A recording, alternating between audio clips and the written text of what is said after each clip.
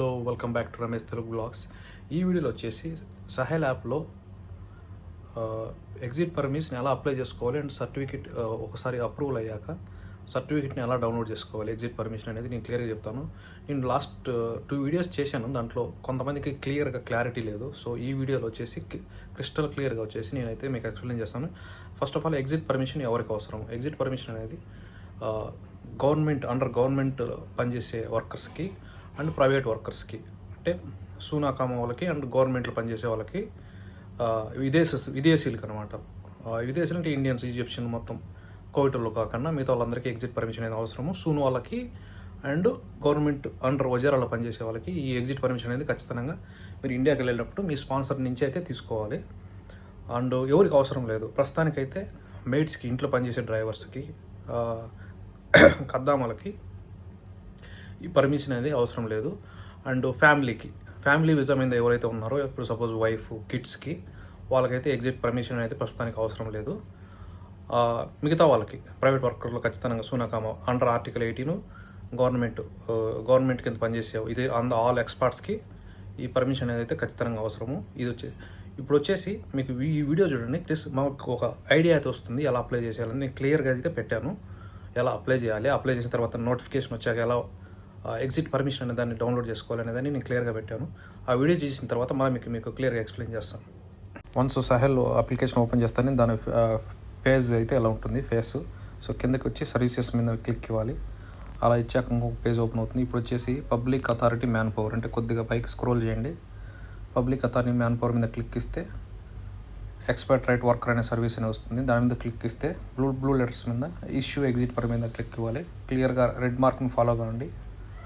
ఇక్కడ వచ్చేసి starting date of exit permit, అంటే అక్కడ మీరు వెళ్ళే డేట్ అయితే ఏ రోజు వెళ్తున్నారో ఆ డేట్ సెలెక్ట్ చేయాలి మీరు అనమాట. అది క్లిక్ ఇస్తాను, క్యాలెండర్ ఓపెన్ అవుతుంది.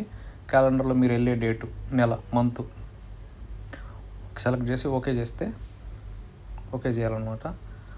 దాని తర్వాత ఇప్పుడు exit date of the permit అనేది అనమాట, end date of exit permit. ఇక్కడ వచ్చేసి మీరు 3 రోజుల ముందుకు వెళ్ళాలి. ఈరోజు మీరు వెళ్తున్నారు, 3 రోజుల ముందు డేటు, 5 రోజుల ముందు డేట్ సెలెక్ట్ చేసి ఓకే చేసి సబ్మిట్ ద అప్లికేషన్ మీద క్లిక్ ఇవ్వాలన్నమాట.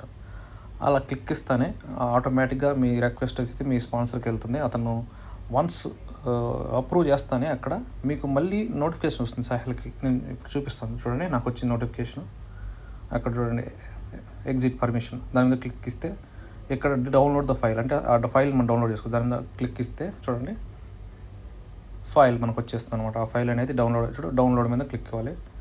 ఇక్కడ మనం రీనేమ్ కూడా ఇచ్చుకోవచ్చు, నేమ్ డౌన్లోడ్ ఓపెన్ ఫైల్, అలాగా ఆటోమేటిక్గా మనకు వచ్చేస్తుంది అనమాట ఫోన్. ఓకే, వీడియో చూసారు కదా, ఇప్పుడు మీకు ఒక ఐడియా అయితే వచ్చి ఉంటుంది క్లియర్గా. సో ఇదంతా ఆన్లైన్ ప్రాసెస్ అనమాట. వన్స్ మీ స్పాన్సర్ అప్రూవ్ చేశాక మీ రిక్వెస్ట్ని ఆటోమేటిక్గా ఇది వచ్చేసి గవర్నమెంట్ సిస్టంలో కూడా వెళ్ళిపోతుంది. వాళ్ళు మీ సివిల్ ఐడి ఇచ్చినప్పుడు ఎయిర్పోర్ట్లో ఆటోమేటిక్గా చెక్ చేస్తారు మీకు ఎగ్జిట్ పర్మిషన్ ఉందా లేదా అనేది కూడా. వాళ్ళు లేకుంటే వాళ్ళు అడుగుతారు, మీరు చూపించాలి. లేదంటే ఖచ్చితంగా మిమ్మల్ని అయితే రిటర్న్ పంపిస్తారు తెచ్చుకోమని రిక్వెస్ట్. ఇంకొచ్చేసి ఇక్కడ ఇంకో విషయం ఏంటంటే, మీరు ఎప్పుడు అప్లై చేసుకోవాలి రిక్వెస్ట్ అంటే క్లియర్గా, ఇప్పుడు మీరు టికెట్ బుక్ చేసుకునే ఒక్కరోజు ముందు, మీరు రేపు వెళ్తారు, 24 అవర్స్ ముందు నుంచి 1 వీక్ లోపల వరకు మీరు అప్లై చేసుకోవచ్చు. ఒకసారి మీరు రిక్వెస్ట్ పెట్టాక దాని వ్యాలిడిటీ 3 రోజులు ఉంటుంది. 3 రోజుల లోపల మీ స్పాన్సర్ అప్రూవ్ చేయకపోతే అది క్యాన్సిల్ అవుతుంది. మళ్ళీ మీరు రిక్వెస్ట్ పెట్టుకోవచ్చు, దాంట్లో ఏం ప్రాబ్లం ఉండదు. సో మీరు ఒకసారి రిక్వెస్ట్ పెడితే దాని వ్యాలిడిటీ 3 రోజులు అనమాట. కొంతమందికి డౌట్ ఎక్కడ వస్తుందని కన్ఫ్యూజ్ అవుతారు. ఇప్పుడు start date of exit permission, end date of exit permission అనే కాడ అనమాట. ఫస్ట్ స్టార్ట్ డేట్ అనే కాడ మీరు వచ్చేసి మీరు ఏ రోజు అయితే వెళ్తున్నారో ఆ రోజు డేట్ అయితే సెలెక్ట్ చేసి ఓకే చేయాలి. మళ్ళీ చెప్తున్నాను, ఆల్రెడీ వీడియోలు చూపించాను. కింద వచ్చేసి end date of exit permission, అంటే దానికి ఒక వ్యాలిడిటీ ఉంటుంది అనమాట. సపోజ్ మీరు ఈరోజు వెళ్తున్నారు, మీకు ఏదో ప్రాబ్లం వల్ల ఈరోజు పోలేకపోయారు, సో మీరు రేపు మళ్ళీ టికెట్ పోస్ట్ పోన్ చేసుకుని రేపు కానీ మొన్నడు కానీ 3 రోజులు అలా వ్యాలిడిటీ ఉంటుంది అనమాట దానికి. సో కింద వచ్చేసి ఎండ్ డేట్ ఆఫ్ ఎగ్జిట్ పర్మిషన్లో మీరు పైన వచ్చేసి ఏ రోజు అయితే వెళ్తున్నారో ఆ డేటు, కింద వచ్చేసి ఒక 3 రోజులు కానీ 5 రోజులు కానీ మీరు తర్వాత డేట్ మీరు పెట్టి సబ్మిట్ ద అప్లికేషన్ క్లిక్ ఇస్తే ఆటోమేటిక్గా రిక్వెస్ట్ మీ స్పాన్సర్కి వెళ్ళిపోతుంది. తను అప్రూవల్ ఇస్తే ఇంకా ఆటోమేటిక్గా మీకు నోటిఫికేషన్ వస్తుంది సహెల్లో, దాన్ని డౌన్లోడ్ చేసుకోవచ్చు అనమాట. ఇది వచ్చేసి సిస్టమ్ మామూలుగా ఎలా అప్లై చేసుకోవాలి అనేది.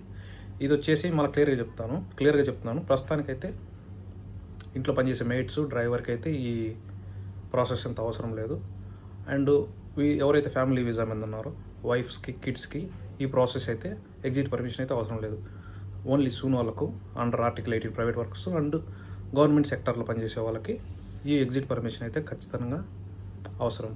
ఓకే, ఇంకా ఈ స్మాల్ ఇన్ఫర్మేషన్ వీడియో ఎవరో తెలియని వాళ్ళకి, కొంతమందికి తెలియని, చాలామందికి తెలుసు దీని గురించి ప్రాసెస్, ఎవరికైతే తెలీదో వాళ్ళకి ఉపయోగపడుతుందని నేను ఈ వీడియో చేయడం జరిగింది. ఇలాంటి ఎప్పుడప్పుడు నాకు కొత్త చట్టాలు వచ్చినప్పుడు ఖచ్చితంగా నేను మీ వీడియో ద్వారా, మీ యూట్యూబ్ ద్వారా మీకు నేను తెలియజేస్తుంటాను.